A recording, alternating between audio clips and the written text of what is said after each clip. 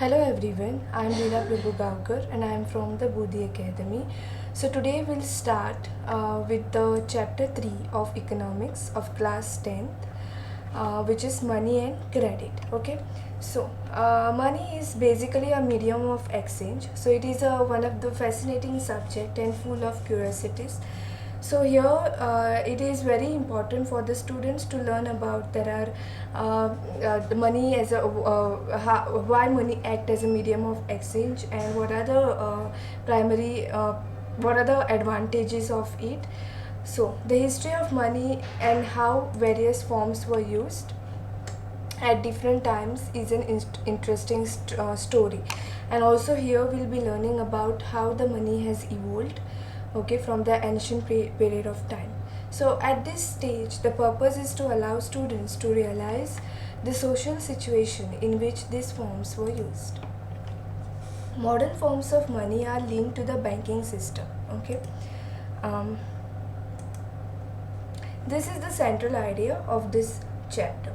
Now, if we look at the present situation in India, where newer forms of money are slowly spreading with computerization of the banking system, this offers many opportunities to students to explore on their own. Here we need not get into a formal discussion of the functions of money, but let it come up as a questions. There are different functions of money. First, primary function and the secondary function, okay, which we will be learning in this chapter. Then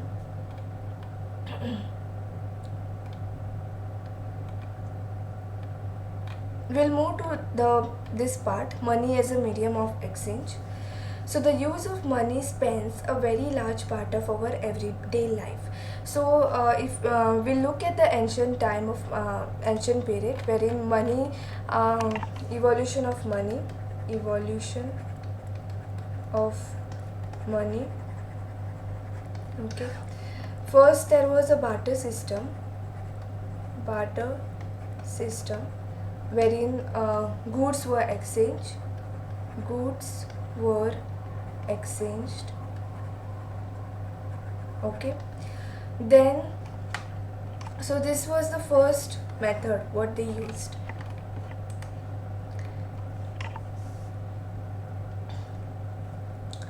So if we look around and we try to identify several transactions, so nowadays money is involved in every day-to-day transactions, right? So in many of these transactions, goods are being bought and sold with the use of money. So in some of these transactions, services are also being exchanged, right, for money. For some, there might not be any actual transfer of money taking place now, but a promise to pay money later. Okay, that is on credit basis. So, the next question is, have you ever wondered why transactions are made in money? So, the reason behind this is a person holding money can easily exchange it for any commodity or service that he or she might want. Thus, everyone prefers to receive payments in money and then exchange the money for things that they want. So, take the case of a shoe manufacturer. Now, he wants to sell shoes in the market and he wants to buy wheat. So, the shoe manufacturer will first exchange shoes that he has produced for money, and then he is going to exchange the money for wheat. Okay. So,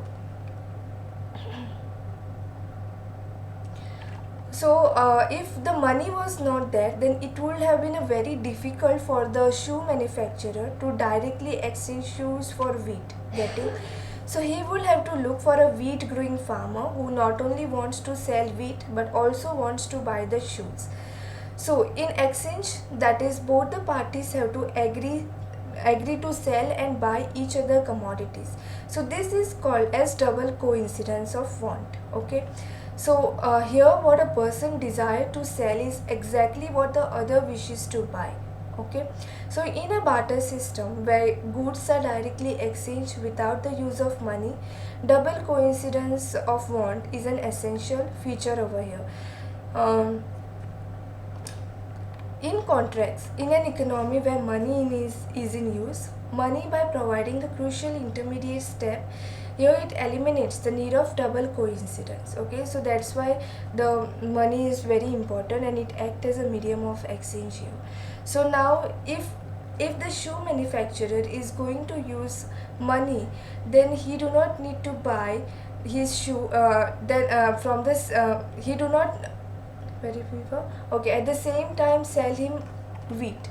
So all he has to do is find a buyer for his shoes, and once he has exchanged his shoes for money, he can purchase wheat or any other commodity in the market.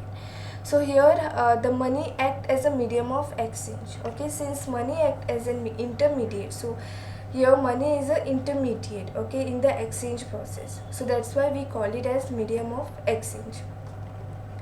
Then modern forms of money. So here we have seen that money is something that can act as a medium of exchange in the day-to-day transactions, right? So earlier, before the introduction of coins, here we can see the different coins during the periods what they used to use. So this is early punch market coins. This is 2500 years old, and these are the Gupta coins during the Gupta Empire. Then Tughlaq coins and gold mohur from Akbar's reign, and this is the modern coin what we use now. Okay, so for example, since the very early ages, Indian used grains and cattle as a money. Okay, so thereafter came the use of metallic coins. Okay, gold, silver, copper coins they used to use. Then currency. So modern forms of money include currency, paper notes and coins. So this is the modern coin what they have seen. Even here this is the form of currency what we are using. Unlike the things that were used as money earlier, modern currency is not made of precious metal such as gold, silver and copper, and unlike grain and cattle, they are neither of everyday use. So the modern currency is without any use of its own. So, but why money is accepted as a medium of exchange? Because here it is authorized by the government of India, right? It is authorized by the government of the country. That's why we use this money as a medium of exchange. Okay, so in India, RBI is the apex bank who issues the currency. Okay, so Reserve Bank of India issues currency notes on behalf of central government. As per Indian law, no other individual or organization they are allowed to issue currency. So only RBI can issue notes. So RBI is the apex bank, and their main function is issues currency. Where is the Reserve Bank of India. Okay, then moreover, the law legalizes the use of rupee as a medium of payment that cannot be refused in settling transactions in India. No individual in India can legally refuse a payment made in rupees. Hence, the rupee is widely accepted as a medium of exchange. So, we have a habit of savings, right? So, we put our money in the banks. So the other form in which people hold money is as deposits with banks. Okay, so this is one of the one kind of savings what we do. We deposit our money in the banks. So at a point of time, people need only some currency for their day-to-day needs, right? So for instance, workers who receive their salaries at the end of each month have extra cash at the beginning of the month. So what do people do with the extra cash? We either save it or we either invest it, right? So they deposit it with the banks by opening a bank account, which is our savings account. Okay, so bank accept the deposit and they lend the money. So this is one of the functions of the bank. Functions of bank. First function is to accept the deposit. Accept the deposit. And second one is to lend money. To lend money. Okay. So bank accept the deposit and also pay an amount as an interest on the deposit. So whenever we save our deposit our money in the bank, they give us interest on that. Yes. Okay. So in this way, people's money is safe. Okay, your extra cash is safe with the bank. Okay, and you also earn interest on that. So people also have the provision to withdraw the money, okay, as and when they require. So savings account, whenever we require, we can withdraw it, right? Since the deposit in the bank account can be withdrawn on demand, so these deposits are called as demand deposits, okay. So here, whatever the deposits we have, we can withdraw it whenever we want. So these are the demand deposits. So demand deposits is offer another facility, okay. So this lends the is essential characteristics of money, um, we use it as a medium of exchange, okay. So also we use a check payment instead of cash. Yeah, so for payment through check, the payer who has an account with the bank makes out a check for a specific amount. A check is a paper instructing the bank to pay a specific amount from the person account to the person in whose name the check has been issued. So this is a check what they have shown. So the next question is, what is a check? What is a check? Okay. So check is nothing but it is an instrument. Okay, a check is a paper which instruct the bank. So here a check is instructing the bank to pay a specific amount to the person. Okay, to the person's account to the another person who's from whose name the check has been issued. Okay, so this is the answer. A check is a paper instructing the bank to pay a specific amount from the person account to the person in whose name the check has been issued. Okay, so here check payments, one example is given. A shoe manufacturer, Mr. Salim, has to make a payment to the leather supplier and writes a check for a specific amount. So this means that the shoe manufacturer instructs his bank to pay this amount to the leather supplier. So Mr. Salim, he has instructed his bank that to pay Prem Kumar so and so amount. Amount is written over here as rupees 57,000, and he has signed on this also. Okay, then he has written his account number. Okay, this is a check number which is given. This is coding issued by banks. Okay, this is bank branch code and this is the account number. Okay, so the leather supplier take this check and deposit in his own account in the bank. Now the money is transferred from one bank account to another bank account in a couple of days. So that the transaction here is completed without any payment of cash. Okay. So here we see that demand deposits share the essential features of money. The facilities of check against demand deposit makes it possible to directly settle payments without the use of cash. Since demand deposits are accepted widely as a means of payment along with currency, they constitute money in the modern economy. Okay. We'll move to next, loan activities of banks, that is lending. The second function of bank is to lend money, right? Okay. Let us take the story of bank further. What do the banks do with the deposits which they accept from the public? What do they do?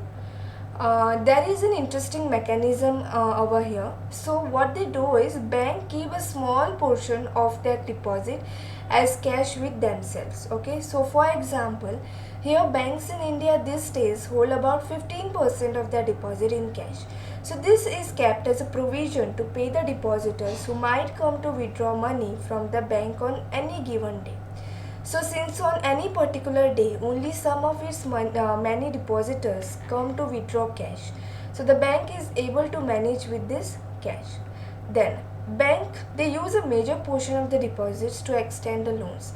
So if there is a huge demand for loans for various economic activities, here bank they make use of the deposits to meet the loan requirements. Okay, in this way what banks do is They mediate between those who have surplus funds, the depositors, and those who are in need of the fund, the borrowers. Okay, so here bank charge a higher interest rate on whatever the loans they give. So the difference between what is charged from the borrowers and what is paid to the depositors is the main source of income for the bank. Okay, so here one picture is given. Depositors, people make deposits into the bank, then people, they withdraw their money and they get the interest on whatever they have deposited. Now borrowers, now if you want to take loan from the bank, what they do is people, they take loan. Okay, but what bank says that if you are taking loan, then you have to pay that, you have to repay that loan along with the interest.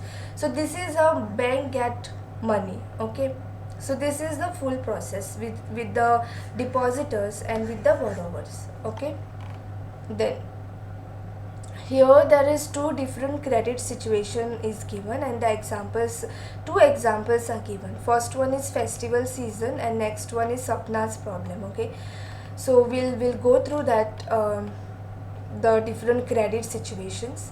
So a large number of transactions happens, no, in our day-to-day activities. So this involves credit in some of the other forms. So credit means the loan, okay, which refers to an agreement in which the lender supplies the borrower with money, goods or services, and they take a promise that you are going to make a future payments for them. Okay, so first example is given, festival season. So it is festival season 2 months from now, and the shoe manufacturer Salim has received an order from a large trader in town for 3,000 pair of shoes to be to be delivered in a month time. So to complete the production time, now Salim, he has to hire a few more workers. Okay, for in order to do, complete his work on time. Then he has to purchase the raw material, and how he is going to purchase the raw material, he has to see for the different another suppliers wherein he can get a good quality of materials, right? So to meet all these expenses, Salim obtains loan from two sources. First, he asks the leather supplier to supply leather now, and then he tells him that he is going to pay him later. Okay, so on credit he takes. So second, he obtains loan in cash from the large trader as advance payment for 1,000 pair of shoes with a promise to deliver the whole order by the end of the month. So at the end of the month, Salim is able to deliver the order, and he makes a good profit. Okay, and he also repays the money that he had borrowed. So if you see this situation, Salim has obtained credit to meet the working capital needs of production. So the credit helps him to meet the ongoing expense of production, complete production of time, and thereby increases his earnings. So credit therefore plays a vital and important role, no, in this situation. Then we'll see the second example, Swapna's problem. Swapna, a small farmer, grows groundnut on her 3 acres of land. Okay. Now here she take a loan from money lender to meet the expenses of cultivation, hoping that her harvest will help repay the loan. Midway through the season, the crop is hit by pest and the crop fails. So she has taken a loan to grow a groundnut on her 3-acre land, but it was her bad luck that the crop is hit by a pest, and now she is not able to grow more crops. Though Swapna sprays her crops with the expensive pesticides, it makes little difference. Okay, but now she is unable to repay the moneylender, and the debt grows over the years into a large amount. So next year, Swapna takes a fresh loan for cultivation. So it is a normal crop this year, but the earnings are not enough, no, to cover the old loan. So she is in debt. Okay, means she is unable to repay the loan now. She is unable to repay the loan. Okay, so she has to sell a part of land to pay off the debt. So this happens basically in rural areas. Okay, the main demand for a credit is for crop production, and crop production involves a lot of cost. Okay, they have to use a better quality of seeds. Okay, then fertilizers, pesticides, water should be proper, water, electricity, repair of equipment, and all those things covers a lot of cost. So there is a minimum stretch of 3 to 4 months between the time when the farmers buy these inputs and when they sell the crop. So farmers usually take crops loans at the beginning of the season and repay the loan after harvest. Repayment of the loan is crucially dependent on the income of the farming.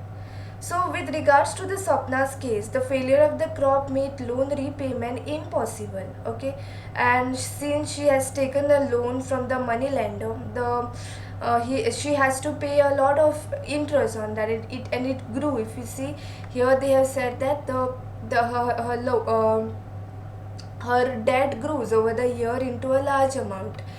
So she had to sell a part of the land to repay the loan. So credit, instead of helping Swapna or to improve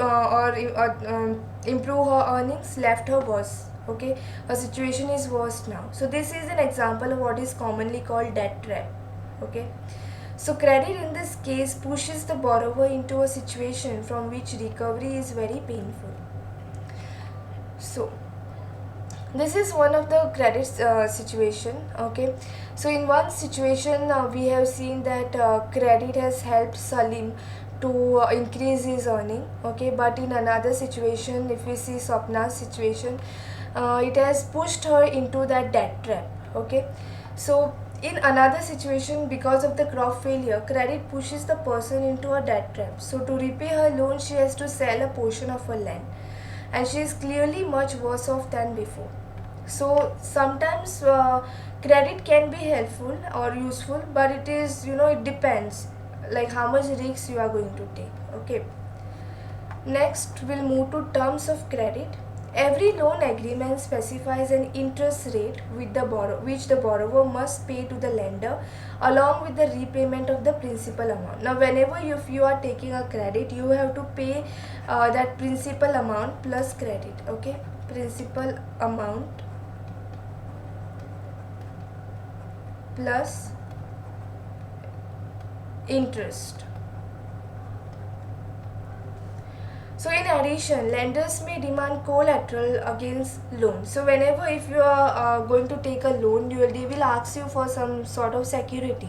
Okay, collateral is nothing but it is an asset that the borrower owns, like land, building, vehicle, livestock, deposits with the bank, etc.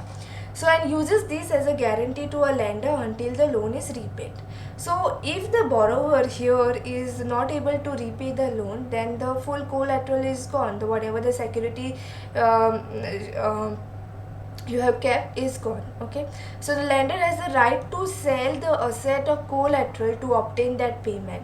So properties such as land titles, deposits with the bank, livestock are some common example of collateral which is being used for borrowing. Okay, then here the another example is given of a house loan. Megha has taken a loan of rupees 5 lakh from the bank to purchase a house. Okay, so Megha has taken a loan of rupees 5 lakh. The annual interest rate on the loan is 12% and the loan is to be repaid in 10 years with the monthly installment. So Megha had to submit to the bank documents showing her employment records, salary before the bank agreed to give her the loan. So the bank retained as a collateral the papers of the new house which will be returned to Megha only when she pays the entire loan, okay, along with the interest. So so this is that situation. You have to pay the principal amount plus interest. So interest rate, collateral and documentation required and the mode of repayment together it comprise what is called the terms of credit. Okay, so these are the terms of credit. Your collateral, whatever documentation required, then mode of repayment, interest rate. So the terms of credit, it varies, okay, from one credit arrangement to another. So they may vary depending on the nature of the lender and the borrower. So the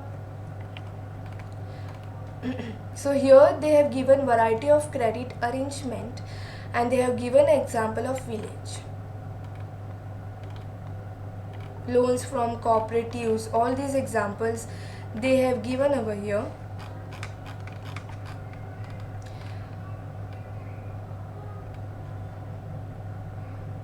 So these examples you can just go through it.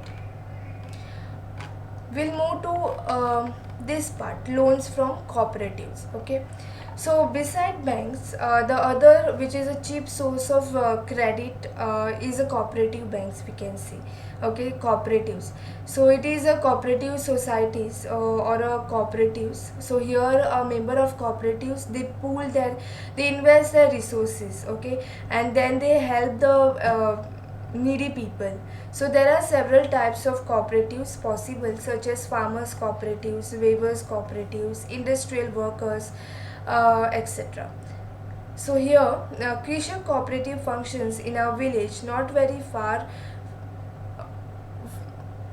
away from Sonpur, and it has 2300 farmers as members.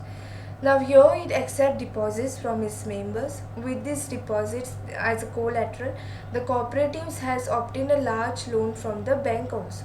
So these funds are used to provide loans to the members, and these loans are repaid. Another round of lending takes place.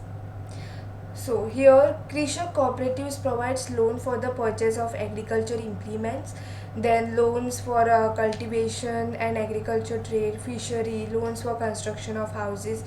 So they give cooperatives gives the loans at a very low interest, okay, to the needy people. Then we'll move to formal sector credit in India. So here this graph one shows sources of credit in rural India. We have there are various types of loan, okay, can be conveniently grouped as formal sector loans and informal sector loans. So among the former are loans from banks and cooperatives. Yes, so informal sector loans are loans from money lenders, your friends, families, traders, relatives, okay, etc. So here if we see the graph one, we can see the various sources of credit to rural households in India. So if we see commercial bank, they take 51%, which is large. Then relatives and friends, it is only 7%. Landlords, it is only 1. Then other informal agencies, it's only 3%. Okay, and if we see cooperative banks and societies, it is 10%. The Reserve Bank of India supervises the functioning of formal sources of loan. So this commercial bank, they supervises. So for instance, we have seen that the banks maintain a minimum cash balance out of the deposits they receive, and the RBI, which is the apex bank, they monitors the bank, okay, and they see whether banks are maintaining a minimum cash balance.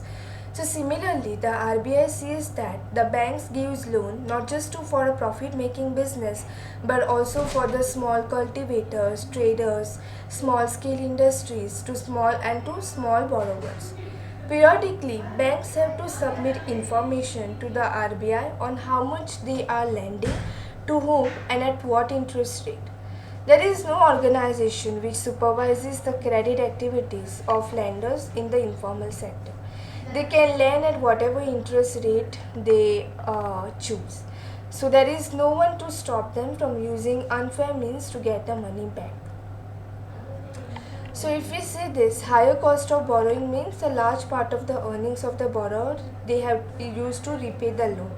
So now here borrowers, they have less income which is left for themselves.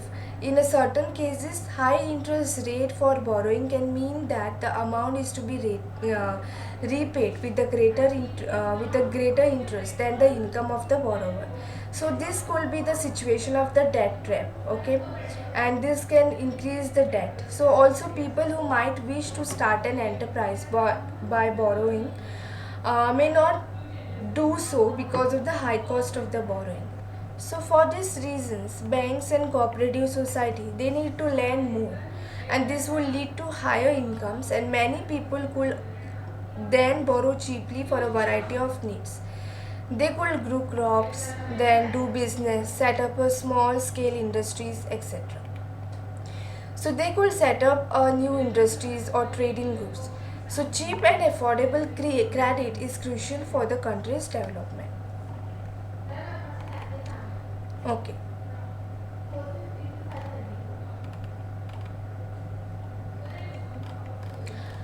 We'll move to formal and informal credit. Here, graph 2 is shown, and in this, it shows the importance of formal and informal sources of credit for people in urban areas. Okay, so graph 2 it shows of all the loans taken by the urban household, what percentage was formal and informal.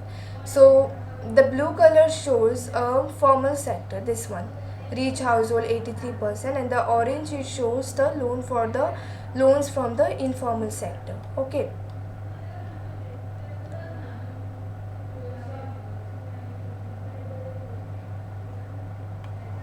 So if we can see, rich households are getting more loans as compared from the formal sector as compared to the poor people.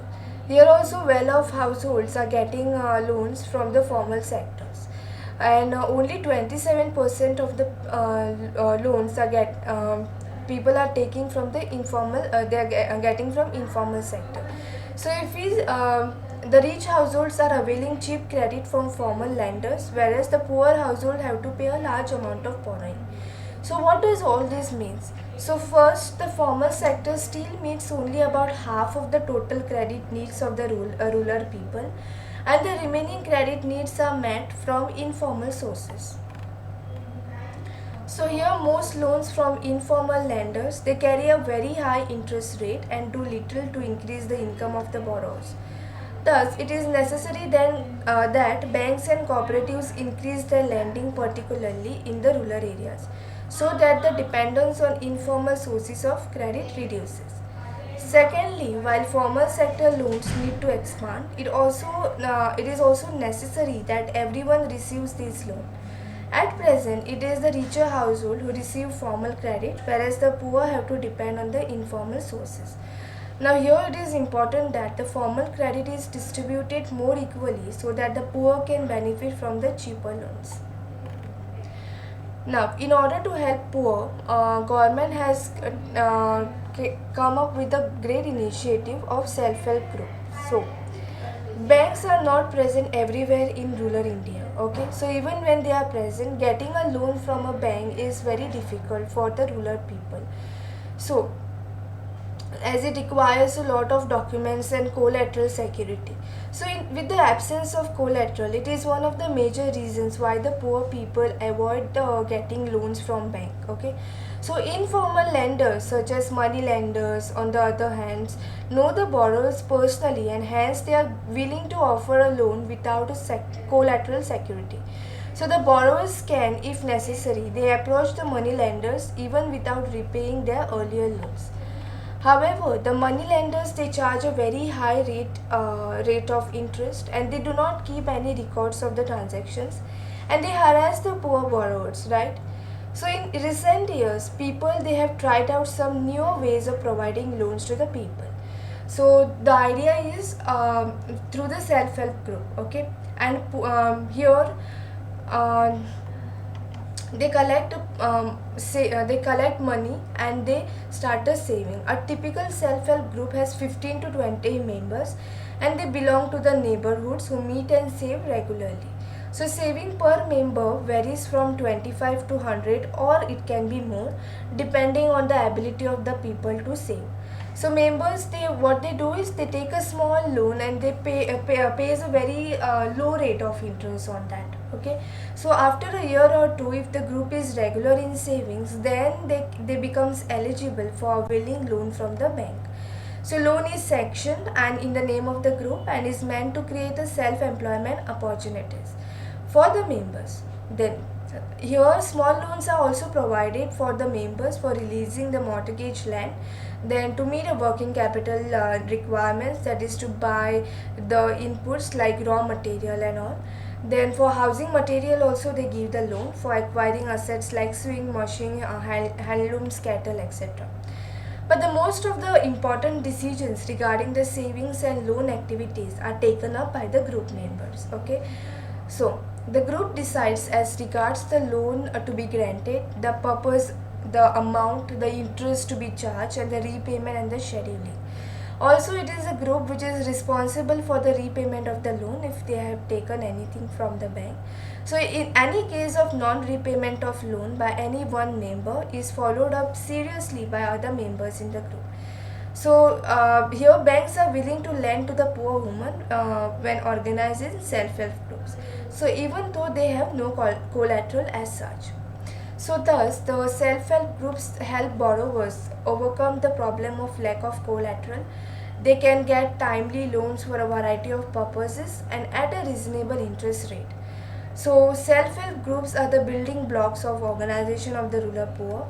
Not only does it help women to become financially self-reliant, the regular meetings of the group provide a platform to discuss and act on a variety of social issues such as health, nutrition, domestic violence, etc. So,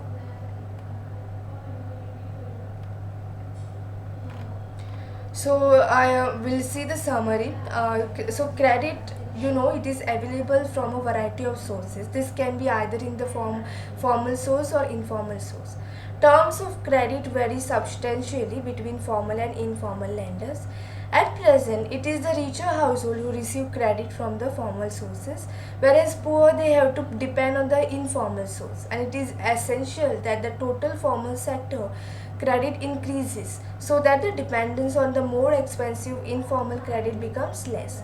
Also, the poor people should also get a much greater share of formal loans from bank. Okay, so both the things are very important for the development purpose. Okay, so in this chapter we learned about different the RBI, we learned about barter system, then functions of money, then what is a check, then we learn about different formal and informal sectors. Okay, terms of credit, we also learn with the example what is debt trap and how it can be different for the different kinds of situations. Okay, um, so this is what all about money and credit. Thank you for watching my video.